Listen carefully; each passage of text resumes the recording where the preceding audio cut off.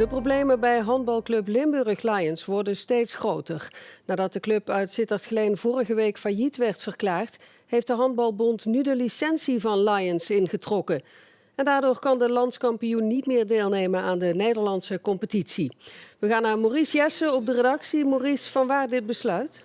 Ja, tophandbal Zuid-Limburg, waar Lions onder valt, is vorige week failliet verklaard. En daarom is de licentiecommissie van de Handbalbond gaan kijken van hoe dat nou precies zit met die licentie.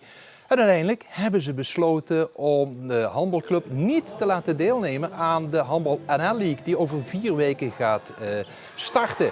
En dat is natuurlijk een hele grote tegenslag voor de club. Want ja, daar hadden ze zich natuurlijk wel een beetje op gespikt om daarin mee te doen.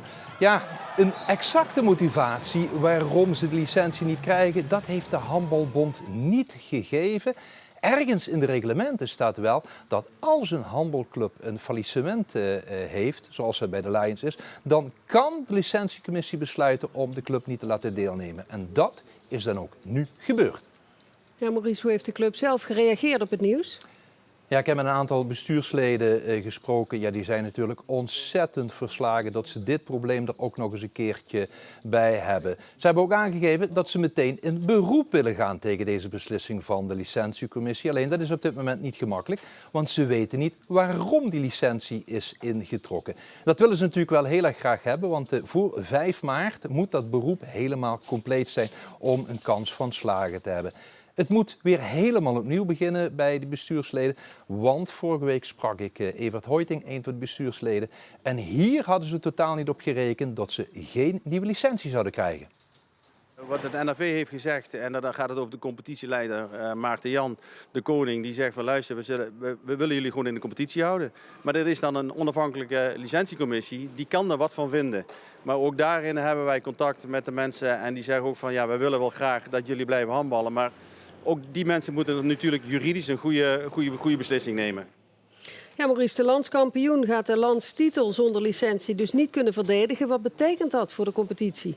Ja, er staat op dit moment een hele rare situatie. In de Benelux spelen ze nog gewoon, sterker nog, Lions is bezig om daar misschien wel de Final Four te halen. En dan misschien dadelijk daar in het slot in de finale weekend te mogen gaan spelen. Bekercompetitie doen ze ook nog gewoon mee. Binnenkort staat er een bekerwedstrijd in de halve finale op het programma tegen provinciegenoot Bevo. Maar ja, aan die Handbal NL League mogen ze niet gaan meedoen. Ik heb ook nog even gebeld met Roel Goffen, voorzitter van de Handbalbond. Ook hij is niet blij met die hele situatie. Want ja, dit is gewoon vervelend voor alles en iedereen. Hij heeft wel aangegeven dat die commissie, die licentiecommissie, een onafhankelijke commissie is.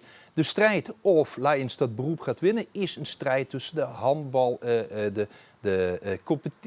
die licentiecommissie van de handbal en Lions zelf. Maar ja, je begrijpt natuurlijk dat dat toch wel die competitie een beetje gaat devalueren als de regerend landskampioen gewoon zijn titel niet mag gaan verdedigen. Kortom, de handbalwereld staat behoorlijk op zijn kop. Maurice Jessen, dankjewel.